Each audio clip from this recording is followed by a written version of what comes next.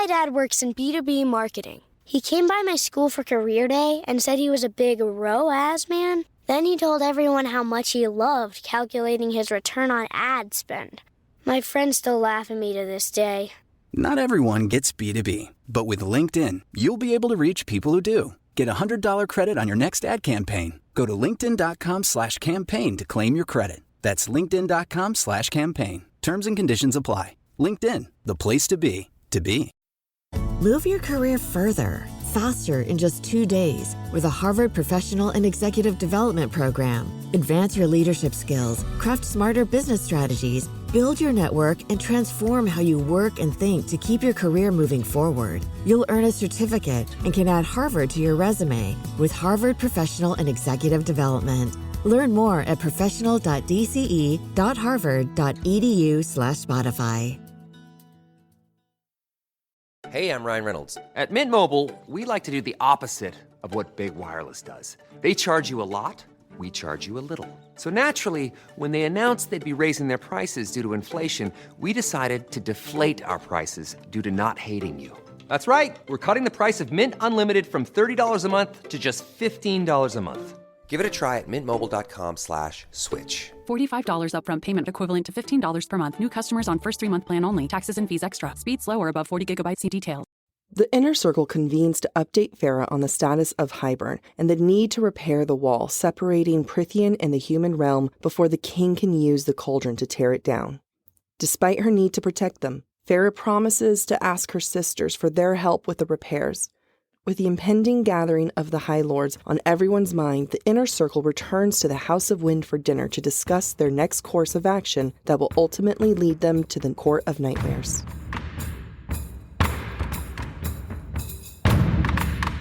The views expressed by the hosts are entirely their own and in no way represent the thoughts or intentions of the original author. This podcast is a discussion shared to spark thought and conversation on the characters and themes of this novel. Though the hosts speak mostly within the constraints of the book, series spoilers may be discussed with or without warning. Explicit language, as well as themes of sex, violence, abuse, death, and depression, will recur throughout this podcast. Listener discretion is advised. Welcome to Book Talk for Book Talk, a podcast where we deep dive into the writing of your favorite novels. This season, we are exploring Sarah J. Maas's most ambitious novel in the Court of Thorns and Roses series. This is Jac. And I'm Amy. This week, we're discussing chapters 16 through 18 in A Court of Wings and Ruin. This week, we ask ourselves, is Feyre ready to be High Lady? Themes that we're going to see this week include restraint, or lack thereof, as well as tension. Lucien is escorted to his room in the House of Wind at the start of chapter 16. In this first scene, we see a lot of callbacks to topics we've discussed so far this season. The first thing we notice is that there's a sunny sitting room, not unlike the room we just left Elaine in. Remember what I said about sun associated with mates last episode? Ugh, hate it. Ugh. Charlie Brown. Ugh, Charlie Brown. And I love it. There's a few imagery things happening here. Rhys opens the onyx doors to enter the sunny sitting room, carved from more redstone, only for Rhys to then walk to the center of the midnight blue rug. I said before that there's some links between Rhys and Lucien, and Rhys is opening himself, meaning the onyx doors, to reveal a sunny interior. The only reason I say that there's also a Rhys and Lucien parallel is because Rhys ends up standing in the middle of the midnight blue carpet. It's a color that we usually associate with him. But Feyre, on the other hand, comes across as cold, just like we discussed last week. Being close to her sisters has Feyre in defense mode, forgetting any camaraderie she may have had for Lucien. Quote, what he felt about Elaine, what he planned to do, I didn't want to ask. But Feyre's not the only one. Tensions are high all around. Despite Rhys kind of opening himself up, he still goads Lucien, and Lucien doesn't trust Rhys. It's kind of a lose-lose situation right now. The only thing that keeps Rhys civil is the fact that Lucien is, quote, a High Lord's son. It would be bad manners not to house and clothe you in your time of need. Another reminder that Lucien is a High Lord's son, and Elaine is to marry a Lord's son, just like we discussed in episode 4. Double ugh. I definitely feel like Rhys is also partially doing it just because the thrill of this is Tamlin's best friend. Oh, yeah. And if I can get him, like, the pettiness is coming out. Oh, 100%. Yeah. I just, like, imagine Feyre being, I don't want to know what he wants to do with my sister. And Rhys is like, hey, bro, want to go drinking? Yeah. Want to become besties? Yeah, let's link arms and skip down the road together. Now I have that visual. Lucien is very pragmatic here by asking Rhys if he has to pay for the clothes. But what I appreciate here is that Lucien doesn't ask how much the clothes are, but rather, is there a cost? Lucien understands that there's more than one type of currency and that knowledge is power, and Lucien has a lot of knowledge. From like, she's the man, gotta let them a knowledge. I haven't watched that in a decade or more. I quote it a lot in my mind and in my heart. The knowledge that he has is from the Spring Court and the Autumn Court. So Lucien is, a pretty powerful player here. Mm-hmm. Throughout this chapter and going forward, Lucien will give bits of information when he decides it's needed or important. Remember, he's supposed to be the clever fox. He knows what situation he's in. Despite having deep pockets of knowledge, Lucien flat out asks if he's a prisoner. I just want to note that because that's another similarity Lucien and Feyre of Thorns and Roses share. When Feyre and team leave Lucien, he says to Feyre, thank you. And Feyre thinks, I didn't dare ask him for what. For me personally, it reminds me of earlier in the book when Lucien apologized to Feyre. There are so many reasons as to why he apologized, or in this case, why he thanks her. And in both times, Feyre doesn't really dive into it. This time around, Feyre seems to be anxious, avoiding the reason. Question, do you think Feyre doesn't want to hear his gratitude? Is there one thing that Feyre is particularly dreading to hear his thanks for? I wonder to what extent Feyre doesn't want to process his thanks, because if Lucien is sincerely thanking her for her hospitality, then Feyre's motives come into question. Right now it comes across as like, I don't actually want him here. I don't want him near my sisters, but I feel obligated to keep him here. And to acknowledge and accept his thanks is to say that, I'm trying to be a host here, rather than I'm just trying to keep you within my sight so I know what you're doing and know you're not going to fuck things up for me. Yeah, I can see that. I think the way that I almost interpreted initially, where it was Feyre doesn't want to be reminded of their connection. Okay. That if she looks into what he's thankful for, then maybe she has to realize, oh, he also left a really crappy situation. Yeah. I did save him. We went through a lot of stuff together. I mean, you're going to hear me say this throughout the entire episode. They just escaped everything that morning. Yeah. Which it's so mind-boggling. Yeah. How little time has passed. I agree with what you're saying. I do feel like... I agree with what you're saying. Oh, thanks. I think that to acknowledge and accept his thanks is almost to acknowledge and accept whatever relationship they have. Mm-hmm. And she's not ready to do that. Yeah. I'm wondering also now that we're just spitballing here, I'm wondering how much Feyre tries to put Lucien at arm's length is because of his association with Tamlin and her memories with Tamlin. Oh, 100. And Elaine just kind of picks up on all that too. Yeah, I think so, because the Night Court and the Spring Court have always been very, very separate. Mm-hmm. And now Lucien's presence in the Night Court brings the Spring Court to what is Feyre's sanctuary. Yeah. And I think she resents him for that. I mean, as a person that the majority of my exes are in a different country, it's very nice and convenient. I don't have to think about it. Yeah. As a person who has an ex that's very close, you do have to think about it a lot more. Yeah. So I definitely understand Feyre where she's just thinking, no, I was living my life perfectly content, ignoring Tamlin and all things included. Yeah. After Feyre chooses to not process Lucien's thanks, Feyre and Rhysand then leave Lucien to clean up and head to Amren's Loft. The journey from the House of Wind to Amren's Loft is a transition that I believe is meant to be a direct contrast to Feyre's time at the Spring Court. Quote, more than a few people waved as we soared over the rooftops of Valoris. My smile wasn't faked when I waved back to them, my people. Note how Feyre calls them her people, not our people, not hers and Rhysand's. To me, this is showing that there's still a little bit of that arrogance from the Spring Court in her, that she owns or possesses all these people of Valoris. You're being kinder than I am. There's a lot of arrogance still there.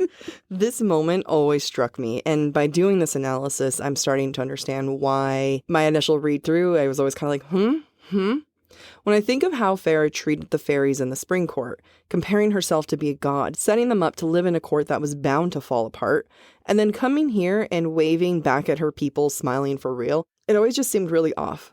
To me, by Feyre waving back, saying that they're her people, it implies that their worth is greater and has more importance versus the people and the lives in the Spring Court. And I get that she's the High Lady of the Night Court, but keep in mind that the Fae of the Spring Court, they thought that she was this cauldron-blessed, curse-breaking badass that was about to marry their High Lord. They had a lot of excitement, hopes, and expectations for her. Feyre used to argue for equality amongst the Fae, but now she's showing favoritism here. Okay, I don't want people to think that I'm harping on Feyre for the sake of harping on her. What I'm trying to say and I'm trying to do is document the change in Feyre and her becoming the High Lady. Because if you ask Rhys, he chooses the people of the Night Court over other courts time and time again. But, there's the big old but here, Feyre just fucked over an entire court of Fae. That's why this moment hits me hard, because Rhys would never try to openly screw over another court. I think no matter how much Tamlin and Rhys do not get along, I can't see Rhys bringing about the downfall of the Spring Court because he values life too much. Yeah, I mean, Rhys, his thing is, see me as a monster. I'm the Court of Nightmares, wahaha. Feyre went in and was like, I'm going to manipulate the situation to make you think I am like a god. I am cauldron blessed. That's a different mask than Rhys. And, to me, a much more harmful mask because you're giving people hope. Yeah, no, you're totally right. Her mask at the Spring Court is the complete opposite of the mask that Rhys wears. Which is funny because Rhys's mask, although appears evil, is actually very kind. And disguising the goodness. Exactly. Versus Feyre's goodness mask is disguising her evil. Yeah. It's fucked up. Fucked up, Feyre. Let's also talk about the body language in this situation. Not only is Feyre smiling a genuine smile, and as Jac pointed out, it's not like any time she ever greeted the Spring Court, Rhysand literally has Feyre in his arms. Quote, Rhys only held me a bit tighter while I did so, his own smile as bright as the sun on the Sidra. Feyre is not on a horse, and she is not separate from Tamlin, unlike, for example, during the summer solstice. Instead, Rhys is flying Feyre and she is vulnerable in his arms. To me, this is showing trust, and it's just so opposite of what she did with Tamlin. Yeah. That Rhys and Feyre are united in a way that she and Tamlin weren't. I mean, and even when her and Tamlin were dating / engaged, it's weird to say like they were dating, but even when they were together, there weren't these scenes of the two of them and one horse. And even though Rhys never has a horse and really he's the horse because he's hung like one, you knew that was coming. I'm so sorry. I'm just thinking about the 14-year-old that messaged us. I feel like I have to be a better human being. Anyway, we talk a lot about the use of animals and being compared to an animal. It's funny where, in a way, like I was saying, Rhys is the horse, Rhys is the animal, and he's allowing himself to be used by Feyre in that sense, but it unites them. Yeah. Like you said. Right, in a way that Tamlin and Feyre never came across as united. Which is ironic because Tamlin could turn into like a beast thing. And she could have ridden him. I know. How could you be with him and not ask that? Now that I'm thinking about it, you're telling me that your fiance can turn into like a monster thing and you don't want to ride him in the wild? I would. I so would. Side note, did you catch the sun reference? No, I did not until you wrote it. And then I did. At Amren's apartment, Cassian is showing way more compassion and understanding to Nesta than anyone else in the inner circle, and I'll even include Feyre in that. Quote, I don't blame her, Cassian said, shrugging despite his words. She was violated. Her body stopped belonging wholly to her. Can we just take a moment for that? Wow. The emotional intelligence for not only to understand something that he just observed, but he's able to put it into words. It's amazing. And frankly, it's way more than what Feyre does by the end of this episode. Oh, I completely agree. And when you equate what happened, and I know you're going to talk about this later, but I'm like, you're about to mention that, but go ahead. Oh, no, I can leave it for later. No, go for it. What Cassian's able to do, like you said, is amazing because when you equate what happened to Nesta and Elaine to sexual assault, like Feyre should be the one that has empathy.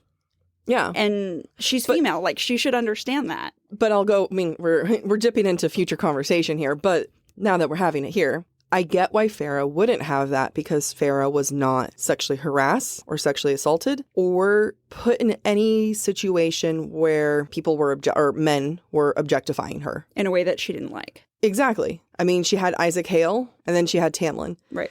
And I know people might say that the moment where Feyre was in the hallway and Tamlin comes up to her, it had some moments of, you know, is it a sexual assault? I'm going to lean into, like, even though she says that she was angry about it, if you read the subtext, she was into it. And I'm not saying that in a, like, she liked it kind of way, but, like, she did, you know, when you read it. It's like, not cool, but also she did like it. So it makes sense, but it pisses me off that Feyre doesn't go there and make that link. Yeah, I agree. And we'll come back to that in a little bit. Yeah. In this scene, we get a recap of what's happened between Cassian and Nesta during Feyre's absence. During this recounting, Rhysand says something to Cassian in response to Cassian's desire to kill the King of Hybern. Quote, "But the fact still remains that revenge is secondary to winning this war." This is so small and said in passing. No one even reacts to it, not even Feyre. In fact, Rhysand immediately changes the topic to get an update from Amren on her research. My question is, does Rhysand know he just made a dig at Feyre after what she did to Ianthe in the Spring Court and after basically condoning it? Does Feyre even register this oxymoron? That dumb bitch, no, she does not. No! All Feyre did in the Spring Court was get revenge. It's like when someone's trying to leave the most subtle clues of, you know what I hate? When people don't brush their teeth, right? And you're like, right? Oh, wait, but Feyre's not. Like, she's just sitting over there with, like, fuzzy teeth, being like, yeah, I love it. I hate it too. Yeah, she's like, I love the taste of halitosis. Yeah. Rhys is so smooth. He sets it up in the context that he's talking about Cassian and Nesta. But in my mind, I agree with you. He is 100% talking about Feyre. I'm going to answer your question a bit more by bringing up another quote. The information you got from Dagden and Branna confirms what we've been gathering ourselves. All right, let's soak that in. Because for me, when I read that, that was the official confirmation and realization that nothing was gained by having Feyre be at the Spring Court. The only information that Feyre gathered just confirmed what they already knew. And, you know, confirmation's great. You know, they definitely want to have that. But they had the information already. And beyond getting everyone out of Hybern's trap at the end of Mist and Fury, Feyre's time away only gets them a broken Ianthe hand and a set of dead twins, which, okay, maybe the dead twins will be helpful later on. But with Feyre bringing the Spring Court down like she did, it just hurts them all more than really helped them. And I think Rhys sees that. I agree with like 95% of what you're saying. I will say the one thing that Feyre did learn in the Spring Court that they did not know was the Faebane issue. Right. But I will say the Faebane thing is almost like a happy coincidence. Yeah. What she intended to do was not necessary. The Faebane was a happy coincidence that she found out as she was exiting stage right. Right, exactly. Like she didn't, which honestly isn't the greatest leap to figure out because they find out really quickly that he has a bunch of Faebane. Right. They used it on Rhys. True. In the previous book. True, and they used it to enter Valoris. Yep. And let's assume they don't know anything about Faebane. The second it's going to get used at the Summer Court later, that's the catalyst for finding the antidote for it. Yeah. I mean, did she ask them what strain of Faebane did you guys use? Like, which one? But to me, this isn't SJM writing the story poorly. No. To me, I think that this adds a layer of complexity of if Feyre gained any valuable information, this was the scene to do it. Yeah. This moment. I agree. And I think it's reminding us that Feyre is young and makes poor choices. And Rhys is trying so hard to subtly tell her, hey, babe, maybe we don't do revenge. Maybe revenge isn't cute. Yeah, it's not the cutest look. I want to point out a moment right after this when Feyre realizes that Rhys had been traveling, like not just for fun, but into Hybern. Quote, but Rhys had indeed been spying. Well, Asriel had been, Rhys snorted. I can stay hidden, mate. Feyre was so in her own head that she didn't even realize that she was sending thoughts down the bond. But what I find to be interesting is that Rhys does not respond to her thought telepathically. Instead, he defends himself out loud to everyone. For me, this is just an example that in this whole chapter, tensions are building and they're getting higher and higher. I agree. And I think what it's showing is Feyre getting knocked down a little bit. Yeah. And let's put a pin in that because I think it comes back to what happens at the end of the scene. In discussing Jurian and how he's been influenced by the King of Hybern, everyone makes assumptions, but no one does it as well as Feyre, darling. Quote, and for revenge for that insane rage that hounded Jurian, he'd do whatever the King of Hybern asked so he could kill Miriam himself. This is just a lovely little reminder that a lot of things would be easier if this group were not so quick to make assumptions. You'll hear me complain now. You'll hear me complain later. And I will never stop complaining. Jurian was like, dude, you literally, Rhys, had to look inside my mind more. You just had to test out my truth. Mm-hmm. You dumb fucks. Yeah, seriously. I mean, I don't remember if at that point there was no magic left. No, they could have at one, like when he first walked in. I mean, Jurian points out that they could have at any given point. Yeah. I think Rhys says something about not wanting to see Amarantha. That's and right. for that, like, I don't blame him. all right, trauma, allowed. Mm-hmm. More? What are you doing? Yeah. You're in a situation, your one power is truth. You turn that truth power on. Right. What if Hybern was like, you are all locked in here with no way to get out, and her like truth sensor goes off and sees, that's a lie. Yeah, right? Yeah. We all know how we feel about this. The inner circle then have a conversation about Hybern's history and motives for war. What I find interesting about this section is that Hybern is painted as the ultimate evil since they view humans as property and want them to be slaves again. However, it's not like Prythian is all that open-minded with humans. They look down on them and on their lesser fairies. They are just not the ultimate evil. Food for thought. It's just so funny where it's like, we're so woke that we want nothing to do with humans. Right, seriously. We're so woke that we make our lesser fae servants use private tunnels so we never see them. Yeah. There is a point where Moore talks about Hybern and wonders if Prythian has some blame in what Hybern has become.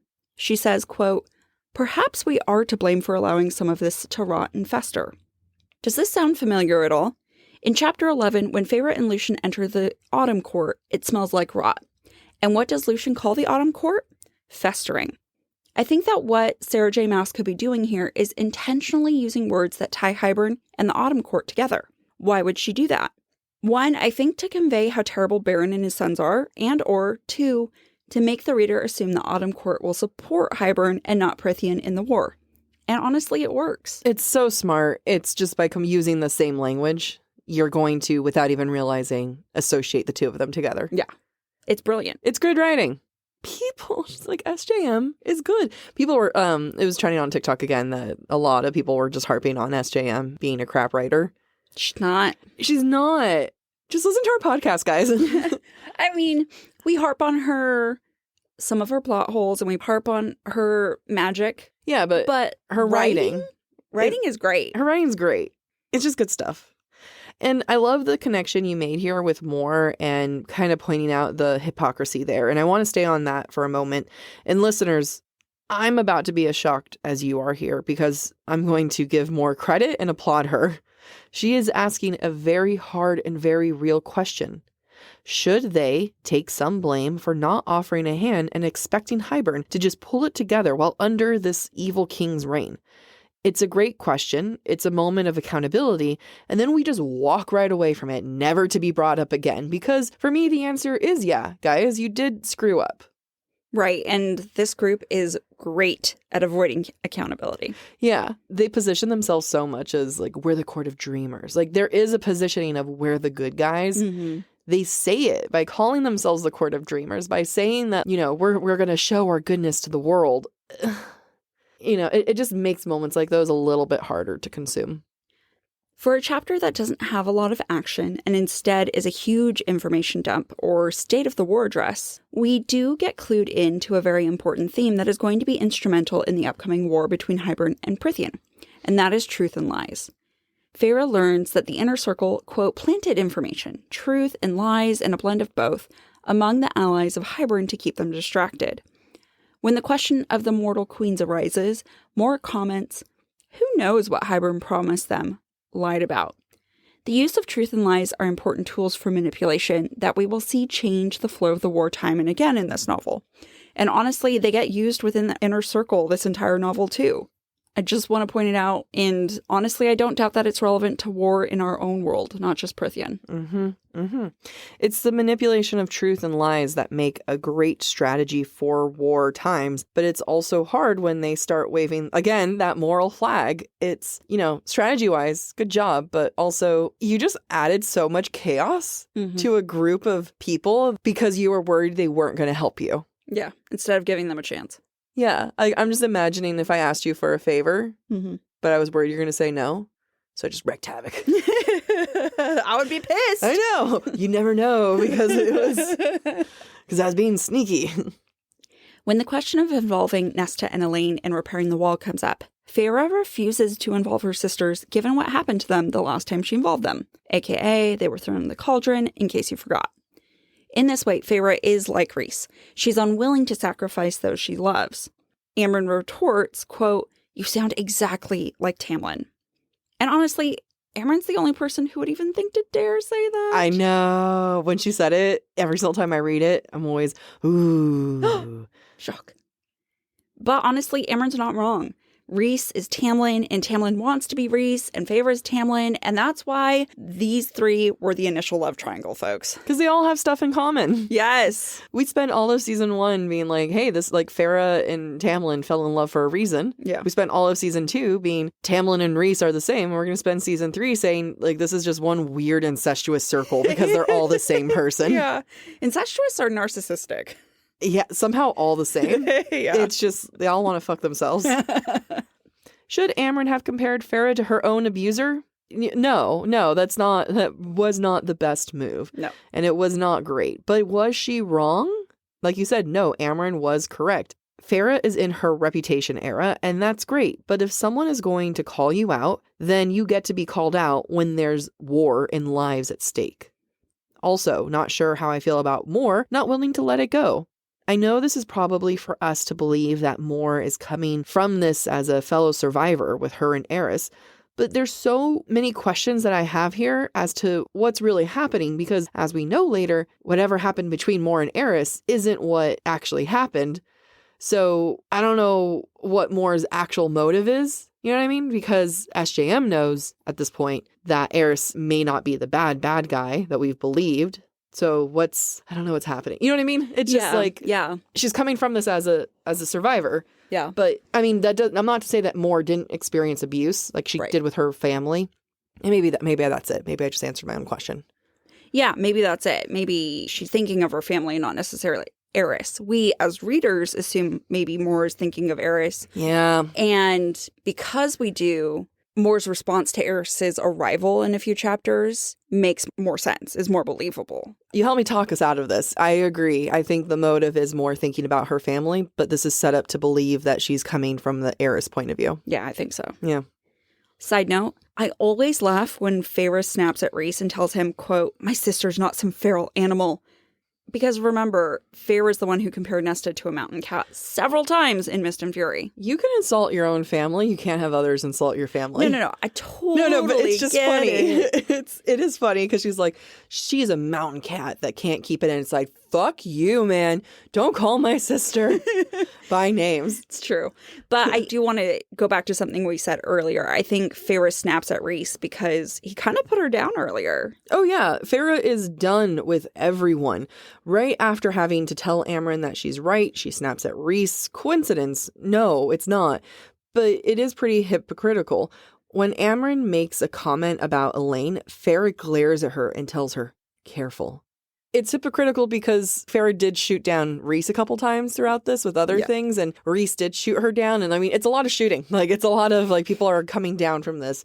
But maybe, again, we should all remember that when Feyre woke up that morning, she was running for her life on the ice and almost died. Is the hole still in her lip? Has she been talking with a lisp this entire time? Fair. It's... you guys, I'm just imagining her whistling every time she speaks with that hole. Yeah. No, fair point. We never hear about the hole in the lip ever again. You can't traumatize me with that visual, never to be discussed again. Yeah, fair. Now a word from this episode's sponsor. Hey, book lovers. Looking for a unique and immersive way to experience a story? Check out The Flower Letters. Imagine receiving 24 letters, rich with history, adventure, and romance, beautifully illustrated and delivered right to your mailbox over the course of a year. In addition to the beautifully illustrated letters, each envelope is packed with extras like telegrams, postcards, coded messages, and maps, immersing you even further into another time and place. And as a special offer to our listeners, use the code BOOKTALK for 10% off your subscription. Head on over to theflowerletters.com/booktalk to learn more and start your journey today. Be sure to use the code BOOKTALK at checkout to save 10% on your order. That's BOOKTALK at checkout to save 10% today. Again, that's theflowerletters.com/booktalk, BOOKTALK. Trust me, you won't want to miss out on this unforgettable story experience. Subscribe now and discover a new way to learn about history and connect with the past. We move into chapter 17, and the inner circle wraps up their discussion, and the tensions are high, even if Feyre doesn't want to admit it. Quote, I let Cassian carry me to the house 2 hours later, just because he admitted he was still working to strengthen his wings and needed to push himself. I saw a comment on TikTok one time from our listeners explaining to someone who was not a listener that Feyre is an unreliable narrator. And the person responded to our listener saying, well, how can a person be an unreliable narrator if it's coming from them? It's in the description, unreliable narrator. Yeah. I think their sentiment was like, how that doesn't even make sense because we're getting the truth from them. Just just save this clip, screen record it, something so that if anyone says anything, use this example. Because if we were to trust what Feyre is saying, then that would be, oh, Cassian totally needs to help improve his strength. And not the fact that she just snapped at Rhys and things are weird and awkward and she doesn't really want to deal with that. Right. I mean, would I want my girlfriend to take care of me after I just got mad at her? No, I would want to lick my wounds and take care of myself. Yeah. Well, it depends on what taking care of. If I can be a bitch about it, then sure. No, that's not my style. But yeah, no, it definitely is I'm mad at you. I'm going to go over here now and I need to chill out before I keep yelling at you. Right. I mean, remember, flying is a very intimate act. Yeah, they have sex when flying. You fly when you fly. You have sex when you fly. There's so many things you can do while flying. But if he's bridal carrying her or princess carrying her, yeah, there's no. I'm not going to look at you. I'm going to pretend you're not here. Oh my God. And then you just imagine Rhys being like, are you mad at me? I don't want to talk if I'm mad at you right now. Yeah, I am mad at you, but I don't want to look at you. Right. And then mentally, he's also trying to poke at her wall. And hello, let me in. Maybe he tries to make her feel better by caressing her leg. And she's like, don't touch me now. Yeah. I'm mad at you. Yeah, exactly. I would avoid Rhys too. Whenever I've been in arguments with past relationships, I'm 100% I'm going to be real quiet. Not because I'm sulking, but it's my words can be vicious. I am keeping them in right now. To go back to your point, this is probably the most obvious case of Feyre being an unreliable narrator. We know she's mad at Rhys. We know she feels awkward about it. She's using Cassian as an excuse and not acknowledging the truth. Which is weird because when you have Daddy Azzy right there to use. I would use him. I know. Back at the townhouse, Feyre reflects on snapping at Rhys in front of the inner circle while at Amren's loft. Quote, it had made it strange to look at him, strange enough that the appetite I'd been steadily building had gone a bit queasy. So she finally admits the truth, but after Cassian's brought her home. Yeah, after a minute to chill out. Right. So, again, unreliable narrator. However, let me get back to my main point. In the previous 2 seasons, we discussed how Feyre's penchant for vomiting or desire to relieve her bowels is a sign of her human fear. Though Feyre may have had a right to defend her sisters against Rhys's comments, doing so has brought fear back into the equation for her, and it's not something that she likes. She's disrupted the balance in their relationship, and though she'll eventually fix it, she has to live with that discomfort now. I'm just wondering how long until Rhys was like, oh yeah, no, we're cool. Without realizing it, that they're not cool yet. Mm-hmm. I mean, probably not because he gets her, but I'm wondering if a man's like, wow, that was awkward. All right, we're going to move along now. I think that's how it operates in their brain. Yeah. I think Feyre's unease is seen in her clothing choices. She dresses in Illyrian leather pants, wears a white t-shirt, and embroidered slippers. Feyre, your fashion choices are all over the place here. Her Illyrian leathers should represent her readiness to fight, to not back down, but then she matches it with a pair of slippers that are made for comfort and not battle. Even Cassian laughs at it, noting that they just don't fit. It's not for fashion's sake, but rather for fighting and practicality, and she's just doesn't know what identity she wants to have right now. Right. Is she going to be the tough Illyrian high lady? Is she going to be the cozy, comfy Feyre? Or is she going to be, I don't know what the white shirt is, casual? T-shirt contest? No. I don't know. Okay, spoiler alert, if you have not read Silver Flames. We warned you at the beginning of the season. Like, you should have read Silver Flames. You should have read Silver Flames. But I'm giving you a warning anyway. To distract from her clothing choices, Feyre asks Cassian about Nesta. And I wanted to point out a neat little clue that Cassian and Nesta are mates because of the comparison that Feyre makes to her and Rhysand. Feyre thinks, quote, I still dreamed of him, Cassian, trying to crawl toward her, reaching for her, being Nesta, as Rhysand had once done for me during those last moments with Amarantha.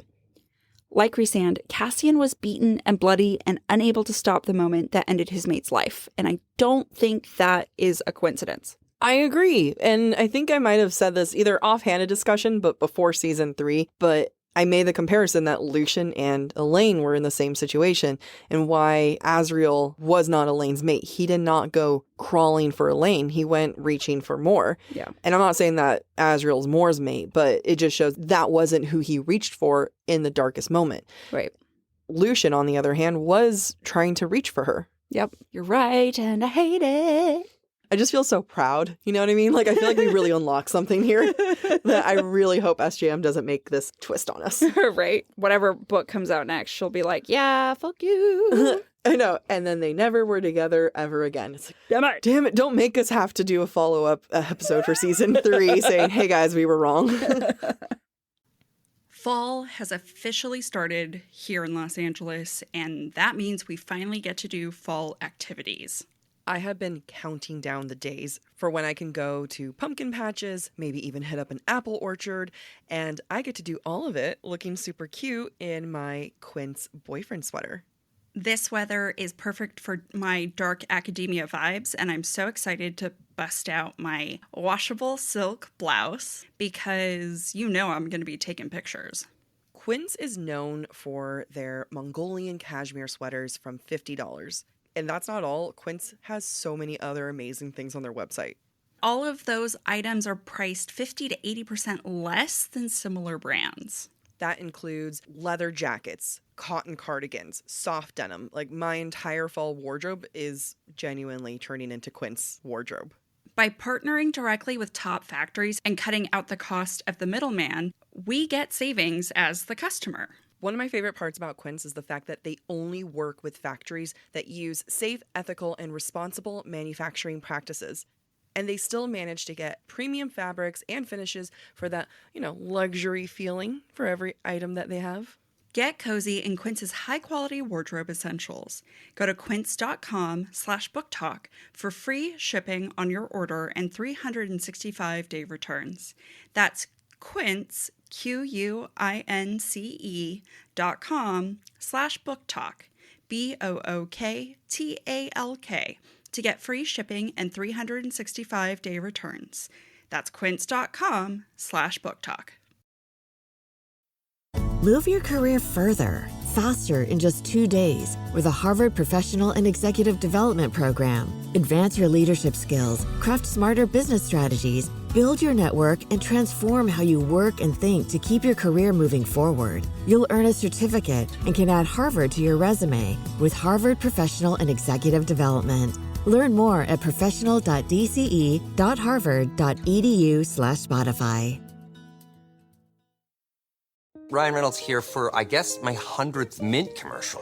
No, don't. I mean, honestly, when I started this, I thought I only have to do like 4 of these. I mean, it's unlimited premium wireless for $15 a month. How are there still people paying 2 or 3 times that much?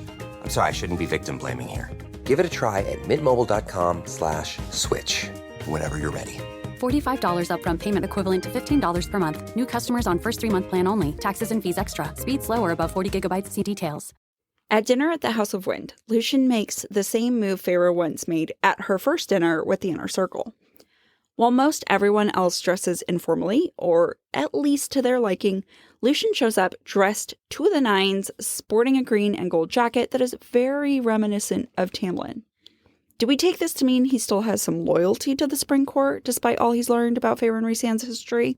I'm thinking that Rhys is the one who gave this jacket to Lucien. We know that Rhys has sent clothing to him, and sure, there might have been clothing options, and Lucien chose green, but I wonder if it's Lucien providing that link to the Spring Court, or was it Rhys? Because a connection is definitely being made. Also this, quote, Lucien standing near the windows, his cream-colored pants showing off muscled thighs. Handsome, powerful, a bit rakish. Oh, damn, Feyre. Like, there's something about her being mated up that she can just now stare at other men. Yeah, and describe them. Yeah, and I'm thankful for this. Because to just casually mention muscled thighs and then just leave us with that, all right. Feyre talks to Lucien, and you can tell he's a bit defeated. When asked what he did all day, he says he slept, washed, sat on my ass. Again, they were almost killed that morning. They get to take a break. When Feyre offers to show Lucien around the city, he says, quote, you don't need to waste your time convincing me. I get it. I get that we're not what you wanted or needed.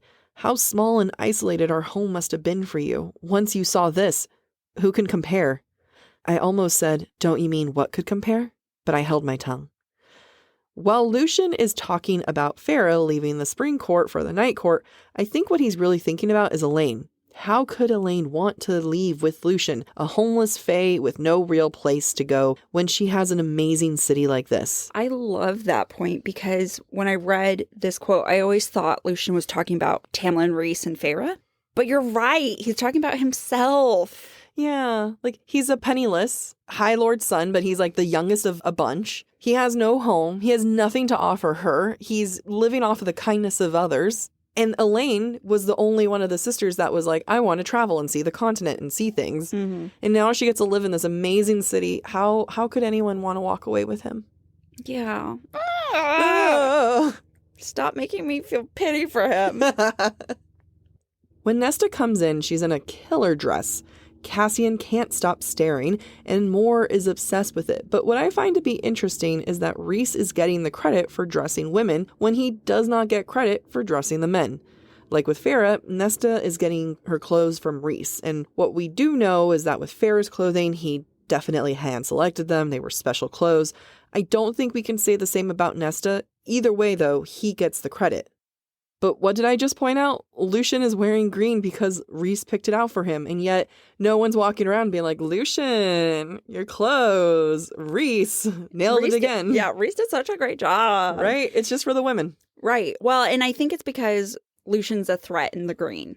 We're reminded of Spring Court's presence. Although I have to say, I have to give it to Rhys. Even if Rhys picked his clothes, he probably picked the one thing that Lucien would be most comfortable in. Yeah. But same with Nesta, like she's wearing more conservative-ish clothes, like tight, but Nesta's known for not wearing... Not a lot of color. Yeah, she doesn't wear pants for the longest time. Right. It's blue, gray, black, you know. It's like my wardrobe. I think you're getting a little reckless. I don't know how much blue you actually have. I've got navy. I got a lot of navy. I got a lot of jeans. I have to say that I feel sorry for Nesta in this chapter, particularly at the start before everyone is seated for dinner. Though she wasn't especially polite about not reciprocating stealing Mor's dress, Nesta wasn't completely brash with her remark. Yet everyone else ends up in a tizzy and thinks more wine will be necessary, which they vocalize aloud. It's so annoying. It's rude. So rude. Mor was a bitch. Nesta is still adjusting to Fae life and coming to terms with no longer being human. Let's give her some credit. She made the effort to show up on the first evening of Feyre's return, showing respect for the occasion by being well-dressed. Yet, in response to her presence, everyone demands more alcohol to get through the evening. No wonder she has a chip on her shoulder when it comes to the inner circle. Seriously. Mor threatens to steal the dress right off of Nesta's body. While that's supposed to be a joke, there's also a lot of attention that she's getting here. You know what I mean? Mm-hmm. Like now all eyes are on Nesta. And we have to remember Nesta of Wings and Ruin is not the same Nesta of Silver Flames. So here, Nesta is modest. She's a virgin. She still follows what she considers to be proper. And it's not me reminding us of this moment. SJM is doing the work here. Quote, Nesta just ran a finger over ivory and obsidian place settings, examining the silverware with vines of night-blooming jasmine engraved around the hilt. I don't care. Fun fact, the meaning of night blooming jasmine is modesty. And where is it decorated? At the hilt of silverware. And we've looked into the concept of holding silverware being leaked to a character trying to find power. So right now, Nesta's literally trying to find power with modesty. I love that. I'm happy I didn't have you read that. No, good job. Thank you. I love it. Whenever there's like a specific flower choice, I'm like, you did this to me on purpose. Yeah. Well, I mean, for me, I just assumed night blooming jasmine. The hewn city is decorated with night blooming jasmine. It's a sign of the night court. Yeah. But yeah, if we think of Victorian era, being proper was to know the language of flowers. Yeah. And to what extent does Nesta know the language of flowers? I mean, Nesta is a proper lady, right? Like she was supposed to marry up. She might have married a prince. Like she had a lot to live up to. And just like how Feyre and Rhys and everyone gets their mask, this is Nesta's mask. It is. To hide behind this image of civility and properness. And it's the only thing she's known. Right. And it's the only thing she has right now. Yeah, right? She has nothing. And does anyone give her credit? Nope. Or any grace? Nope. It makes me so mad. But great writing. Great writing. Yeah, great writing. Unlike the rest of the group, Amren faces Nesta head on, and Nesta returns the courtesy, asking Amren questions no one in the inner circle ever dared ask before, which honestly astounds me and makes me think they're all cowards. I think this is what likely causes the friendship to brew between Amren and Nesta. They just cut straight to the chase and, like, they meet at a soul level. Yeah. I also think Amren has empathy for Nesta. Quote, "We are the same, you and I. Not in flesh, not in the thing that prowls beneath our skin and bones. You did not fit the mold that they shoved you into, the path you were born upon and forced to walk. You tried, and yet you did not, could not fit. And then the path changed. I know what it is to be that way." I always read that initially of saying, like, you were too much to fit in whatever the cauldron made you. But I, like, reading it, or you reading it now, I'm definitely seeing that more as Amren saying, like, you were never meant to be human. Yeah. And I'm wondering how much of it is Amren realizing, spoiler alert for stuff. For multiverse. But how much of it is Amren already knowing that they were all starborn? I think so too, because that's how I read it. I read it as whatever life Nesta had, even as a wealthy merchant's daughter, that was not the life she was meant for. Yeah. And it gives me goosebumps. So there are obvious similarities between Amren and Nesta. For the first time, however, we also get mention of the monster within Nesta, something we don't necessarily get to see play out in full until Silver Flames. What I love about this sequence is also the parallel to Feyre.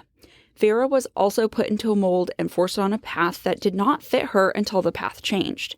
It makes me wonder if we're going to see something similar happen for Elaine further down the line. Like, everyone has a beast within that they have to address and fight. Sometimes it's a literal beast. Sometimes it's more power-based. But everyone has to do a very introspective, there's a monster there. What's Elaine's monster going to be? I don't know. Oh. During dinner, Feyre once again pulls a Tamlin. Let me remind you why. In Season 1, we called out Tamlin for serving Feyre food without consulting her. From the perspective of food as a form of power, this was Tamlin exerting his power over Feyre. In case you didn't notice, Feyre does the exact same thing to Nesta in this dinner scene. Quote, "Nesta was watching the volley of words. She didn't reach for any food, so I took the liberty of dumping spoonfuls of various things onto her plate. She watched that too." First off, so helpful, Feyre, thanks. But just because she's being helpful doesn't mean she's not exerting power. She's exerting power right now. I yelled so much when you pointed that out because for whatever reason, every single time I've read this, my eyes just glazed over the fact that Feyre was the one who served food for Nesta. It's so Tamlin. It is so Tamlin. I don't care if they're sisters. The food is power. Yeah. We're coming back to it, and you're trying to force her to feel powerful. And you're trying to get her to do that. It's not like when Feyre had her own eating disorder and issues in book 2 where it's like, all right, you need to put some more food on your plate. It's a power move. It is a power move. And I'm surprised at Nesta not saying anything. But I'm also surprised at Feyre for doing that. Yeah. So this is followed up by Feyre needling Nesta to support the inner circle with both repairing the wall as well as telling her story to the High Lords, which, gasp, doesn't go well at all. What's happening in this dinner scene is the High Lady of the Night Court is throwing her power around right now. I don't know if it's because she feels entitled or if she's trying to regain control. Whatever it is, it's telling me she hasn't improved all that much since leaving the Spring Court. Granted, it wasn't that long ago, but if we were to assume that once Feyre's back in her natural element of the Night Court, that things would just shift right back and she'd be back to the old Feyre, what we're seeing here is that that is not the case. Yep, 100.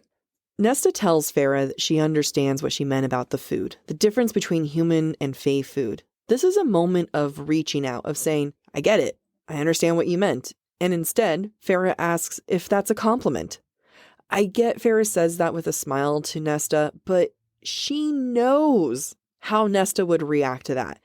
Feyre wasn't trying to connect with Nesta. That's the frustrating part. Someone like actually kind of has a slight little olive branch, more like an olive leaf. And then it's like, oh, is that a compliment?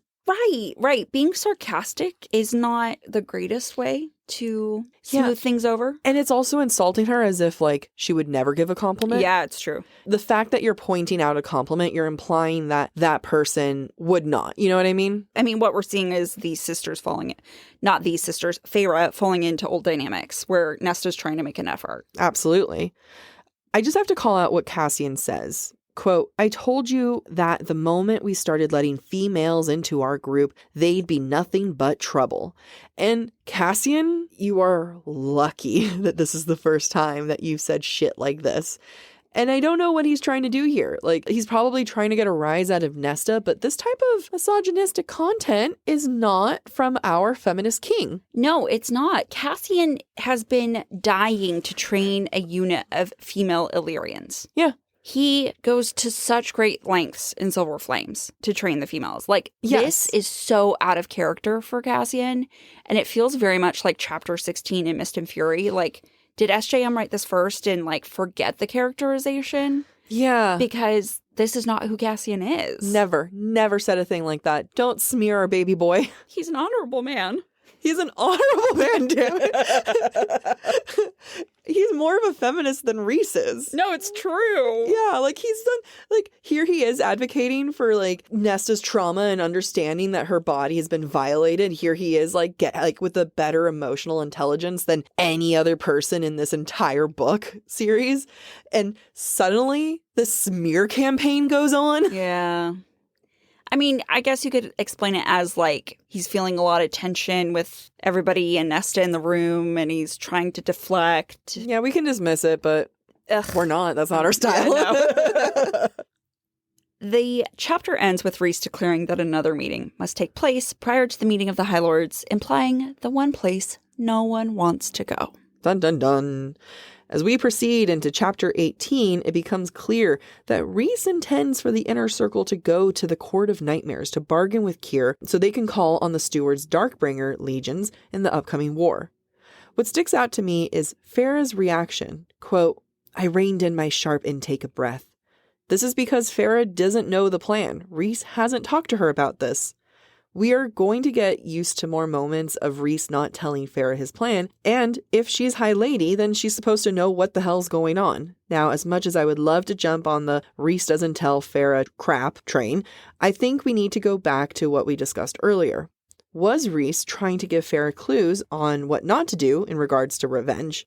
Same thing here. Does Rhys know that Feyre is not really ready for the full responsibilities of a High Lady and planning? Because this is eventually going to hurt more. I think that's the case because he goes and talks to Feyre about that later. Yeah, I think so too. I mean, I don't know that it's a Rhys doesn't trust Feyre yet, but it's a Rhys knows that Feyre has some more lessons to learn before he can divulge things to her. Fair. Like, he knows he's going to talk to her about it later, but he should have done it beforehand. Yeah, he should have done it beforehand, but I also get it in the sense that even if they talked about it beforehand, would Feyre have agreed? Would Feyre have broken and been like, no, let's not, you know what I mean? Yeah. And if I was Feyre, I'd be pissed, but I'm a petty hoe.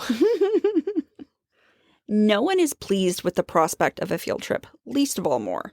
Now, with all that's going on, I think we as readers should have a sense of what Rhys is planning. At the end of the previous chapter, Lucien brings up his brothers and says he'll inform Azriel of what he needs to know. Then, Rhys leans back and contemplates before, quote, he let out a near-silent huff of air. At this point, he announces needing to go to the Court of Nightmares. It should be no surprise then that we see Eris later at the Court of Nightmares, especially after the group says Kier will never hand over his Darkbringer Legion, to which Rhys responds, quote, "Then I shall have to find a way to convince him otherwise." What I'm saying is it's subtle, and SJM executes this foreshadowing so wonderfully without making it obvious at all. Chef's kiss. Chef's kiss. In the midst of all this, Feyre gets guidance from Cassian, who tells her to stay out of it between Rhys and Mor. I believe the reason is that Cassian knows Rhys is right. Hell, he might have even been the one to bring it up to Rhys in the first place, that they should go to Kier, which, in my mind, is the reason why Mor doesn't ask Cassian, the freaking general of the army, what he thinks. Instead, she asks Azriel. Mor is relying on Azriel's emotional attachment to her in order to side with her, quote, defending the female he loved or standing with his High Lord. And when Mor tells him that his answer is bullshit, it hurts our daddy Azzy, and that is not okay. Yeah, I mean, you're totally right. Mor probably knows Cassian's the one who suggested it. Yeah. And she doesn't want to hear reason.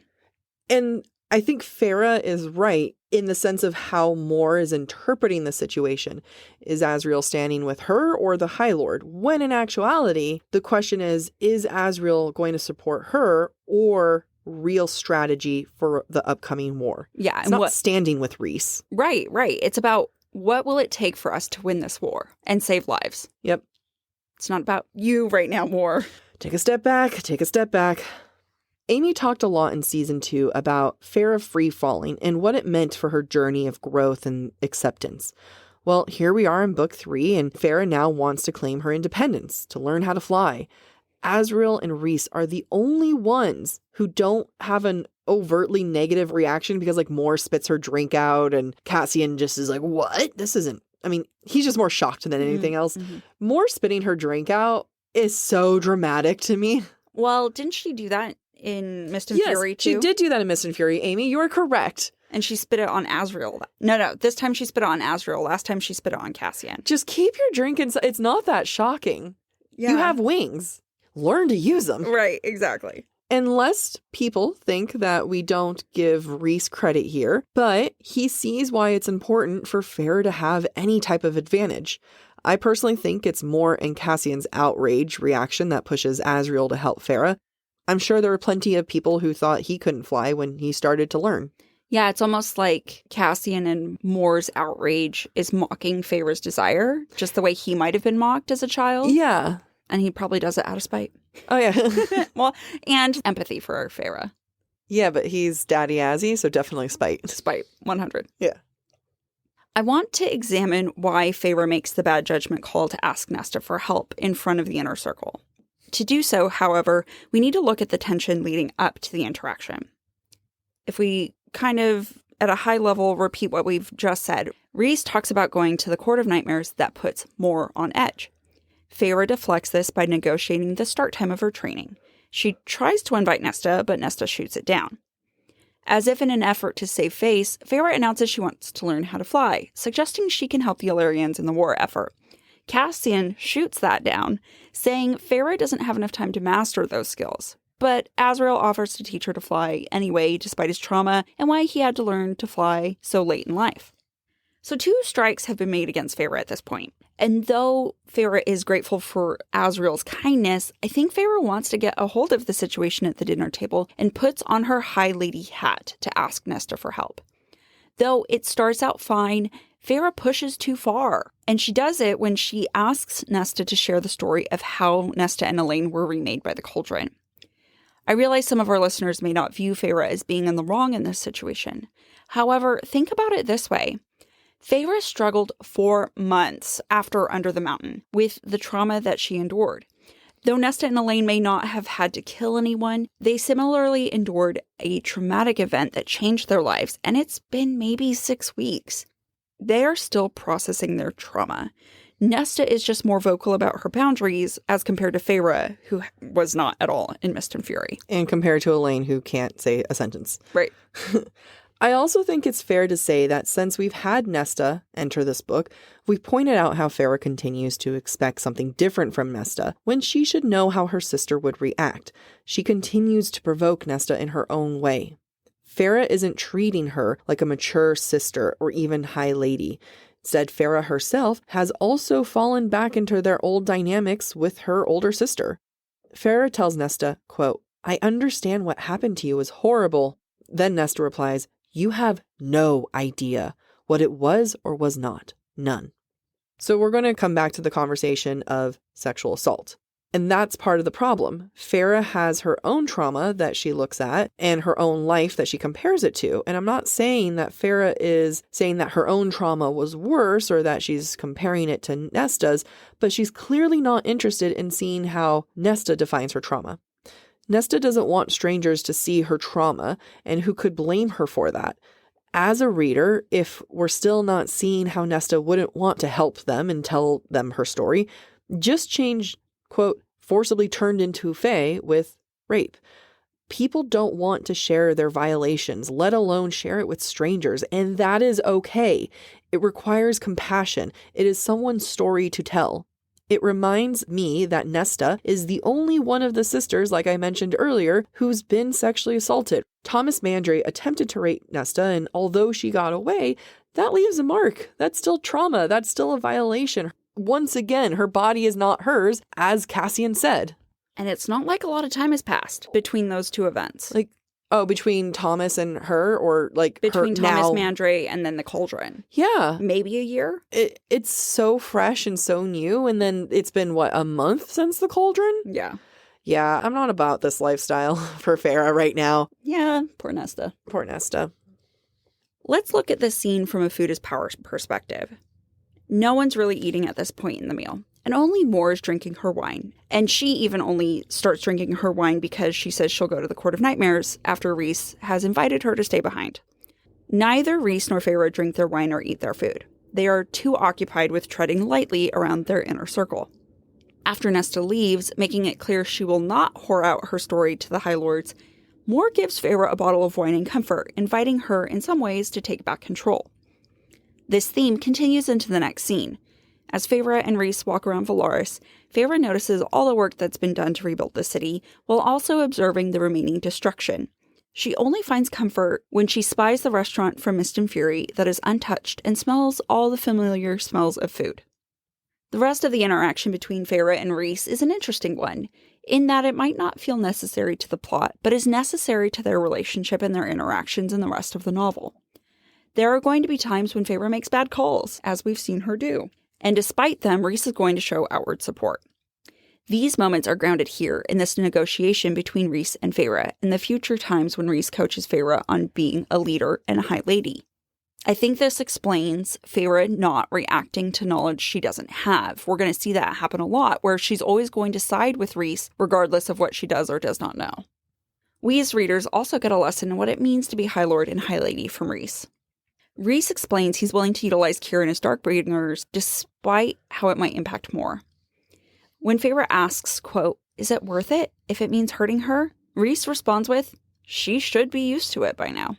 That is cold, and that is not wrong. I mean, that's the problem when you're working with friends and you're the High Lord. Yeah. And they're not. Yeah. Like, I think we said it in season 2 that the power structure can never change. Yeah. Like, they're never going to be on equal footing. And although it sounds very mean for him to say that, I mean, at the end of the day, he is High Lord and his word goes.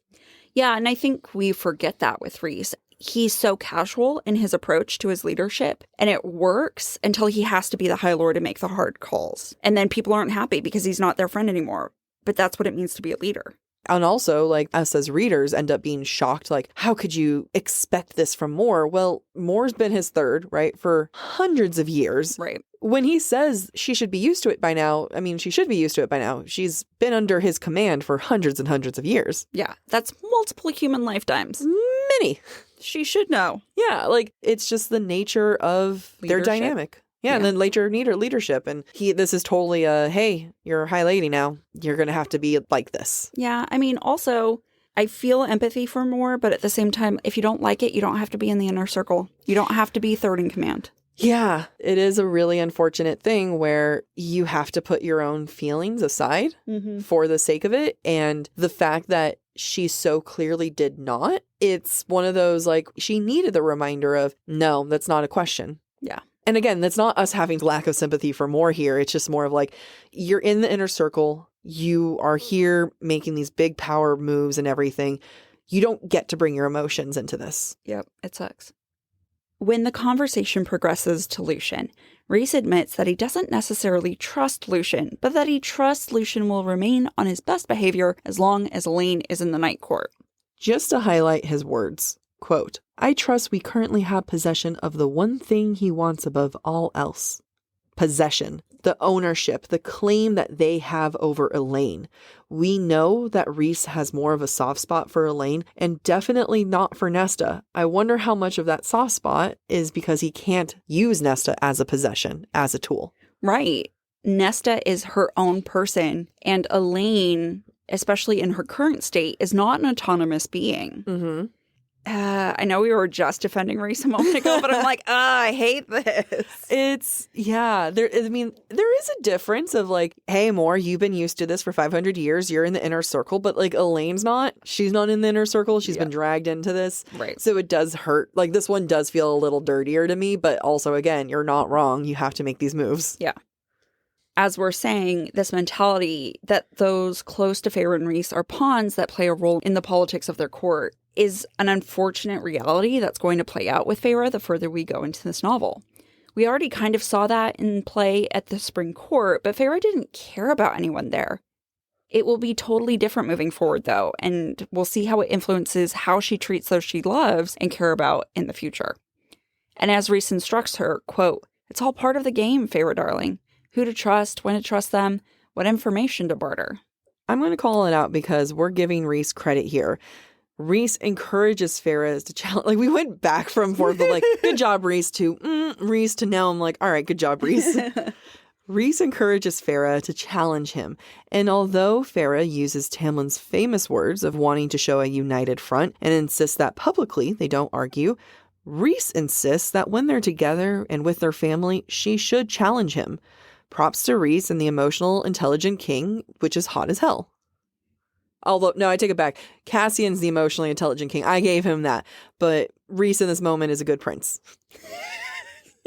Demoted. The chapter ends with another conversation foreshadowing Rhys's death and his self-sacrificing nature.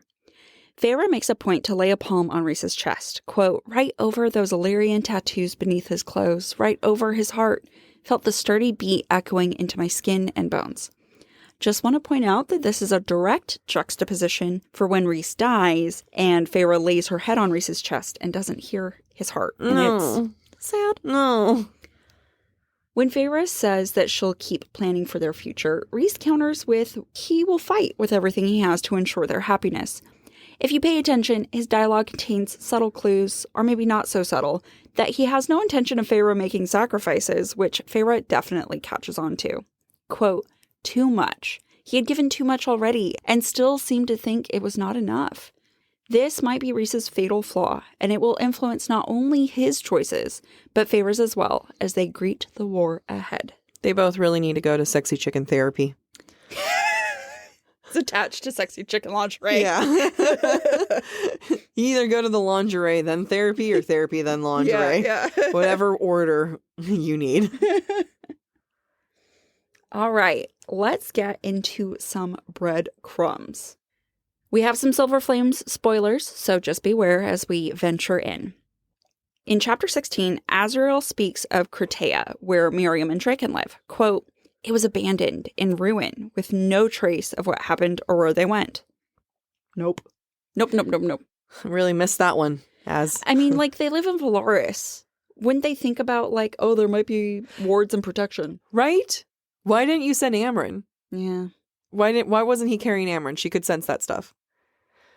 Also in Chapter 16, quote, Draken knew of a sacred hidden island where an object of great and terrible power had been concealed. An object made by the cauldron itself, legend claimed. Part of the trove in Silver Flames or future books? Question mark? As if I'm talking to Siri? Question mark? Question mark? Rhys says of Nesta, I'm not entirely sure Velaris is prepared for Nesta Archeron. When you think about her at the start of Silver Flames, I wouldn't say he's wrong. Yeah. In Chapter 17, Cassian says to Feyre about Nesta, quote, she'll destroy herself if she stays cooped up in there. She also destroys herself when she gets out in Silver Flames until she's on house arrest in the House of Wind again. Full circle. Full circle. This next one has mild Maas multiverse spoilers. Amren says to Nesta, quote, when you erupt, girl, make sure it is felt across worlds. And so I have a question for us to ponder. Do Nesta's actions in Wings and Ruin, as well as Silver Flames, potentially impact the multiverse somehow? Amren's words seem to suggest that they might. I like it. Still in chapter 17, Moore says, quote, you needn't to make us sound like heathens. Then Rhys says, I thought you'd find that term to be more a compliment, Moore. He's definitely referring to Moore's conversion from Court of Nightmares to Court of Dreams, but you can't tell me that this isn't a clue that Rhys knows that Moore is queer. Yeah, Amy, you were the one who pointed that out. Oh, yeah. Every time I read that, I'm like, Rhys knows. Moore, stop keeping it a secret. Rhys knows. It's not something to be ashamed of. Yeah. In chapter 18, Rhys talks to Feyre about learning how to fly. Quote, I'll give her any shot at an advantage at getting away if things go to shit. As Jac pointed out to me, just like they go to shit at the Hybern camp. Woo! Amren says to Nesta, if you want his, the king of Hyberns, killing blow, girl, it's yours. And so she does. Hell yeah, she does. Even though Elaine's the one who stabs, but like... Nesta's the one to kill him. Yeah, but it's so...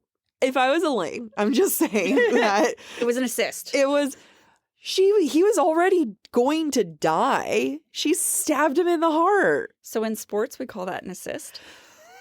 Oh my, I'm gonna be so mad. I'm like, I did the work. All you did was finish it, but it was already done. Sis my ass. Jac should not play sports. No, I shouldn't. It would be, oh, they made the goal. Fuck you.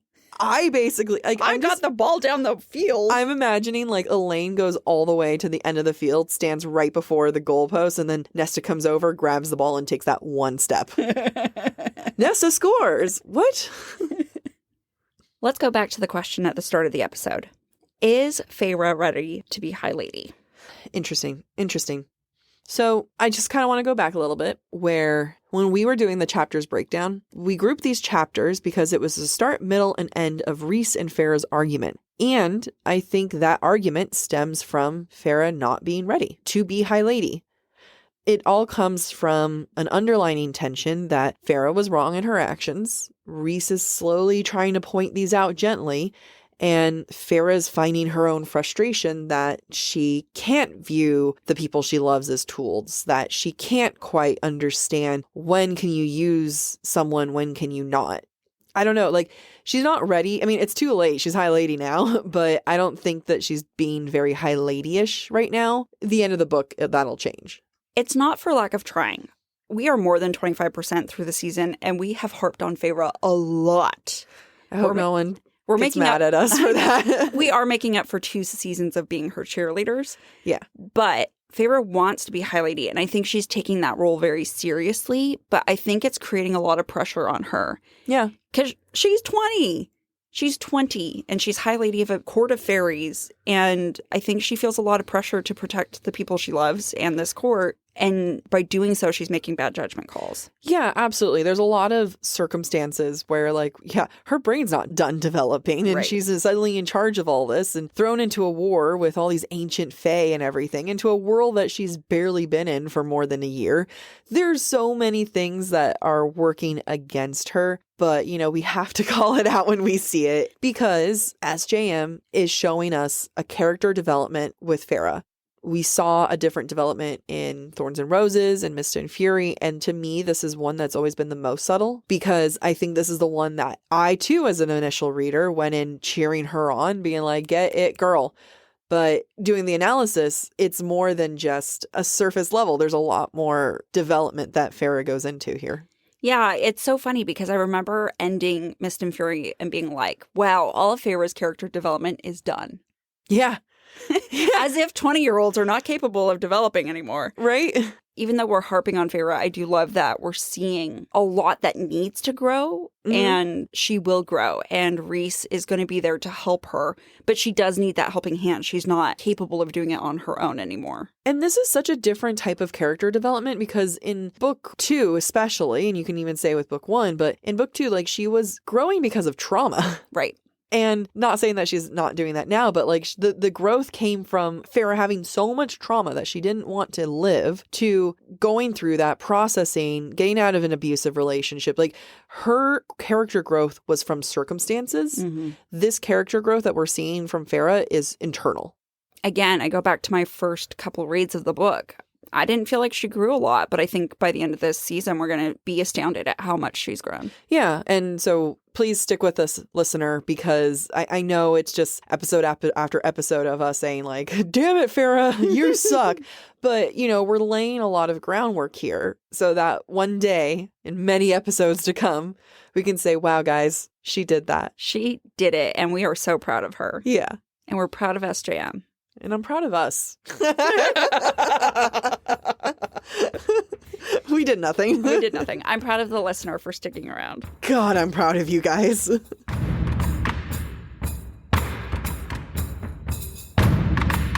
And here's this week's featured review. This is from Allie B. Reading, educational and entertaining. Not only is Book Talk for Book Talk a highly enjoyable show, but it also teaches you how to critically analyze literature as well. The hosts, Jac and Amy, have taught me how to appreciate reading through a different lens. Thanks, book besties. I'm excited to see what series you start next. Oh, book bestie. Thanks, Allie B. You're great. I'm also excited to see what series we do next. I'm so curious. I have no idea. If you're part of our TikTok and Instagram lives, we do tease a lot out. So yeah. If you want the tea. If you want the tea, make sure you follow us on TikTok and Instagram. We typically try to aim for Monday evenings. On the Pacific coast. Yes, but, you know, no promises. And if you'd like your review read on the podcast, leave us a written review on Apple Podcasts.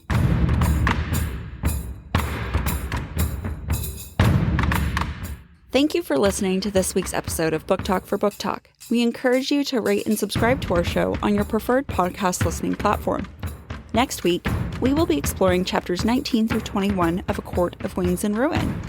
We would love to hear your thoughts based on today's conversation. You can submit your comments to our form at booktalkforbooktalk.com for a chance to have your feedback discussed during a weekly mini episode. If you're enjoying the podcast, please visit our website, booktalkforbooktalk.com, to view our latest merch and learn about supporting the show through Patreon, Ko-Fi, or Venmo. You can also follow us on TikTok or Instagram at the handle booktalkforbooktalk.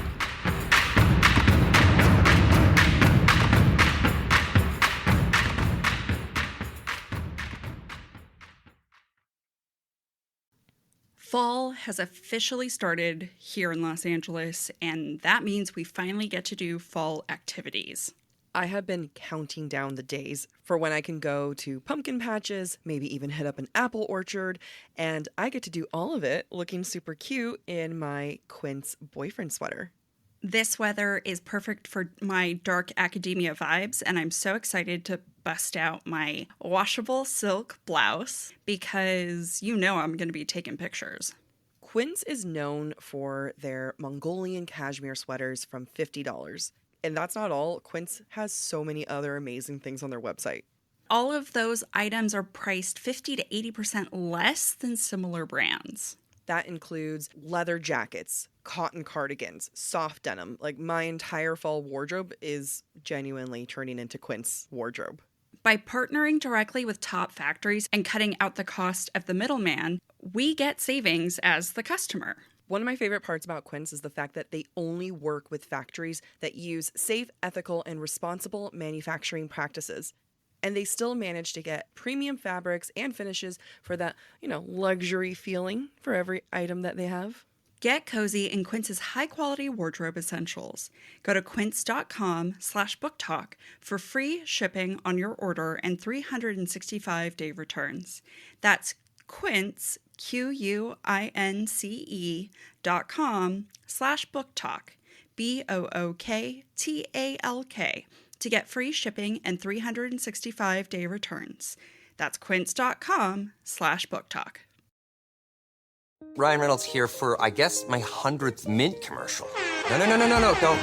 No, don't. I mean, honestly, when I started this, I thought I only have to do like 4 of these. I mean, it's unlimited premium wireless for $15 a month. How are there still people paying 2 or 3 times that much?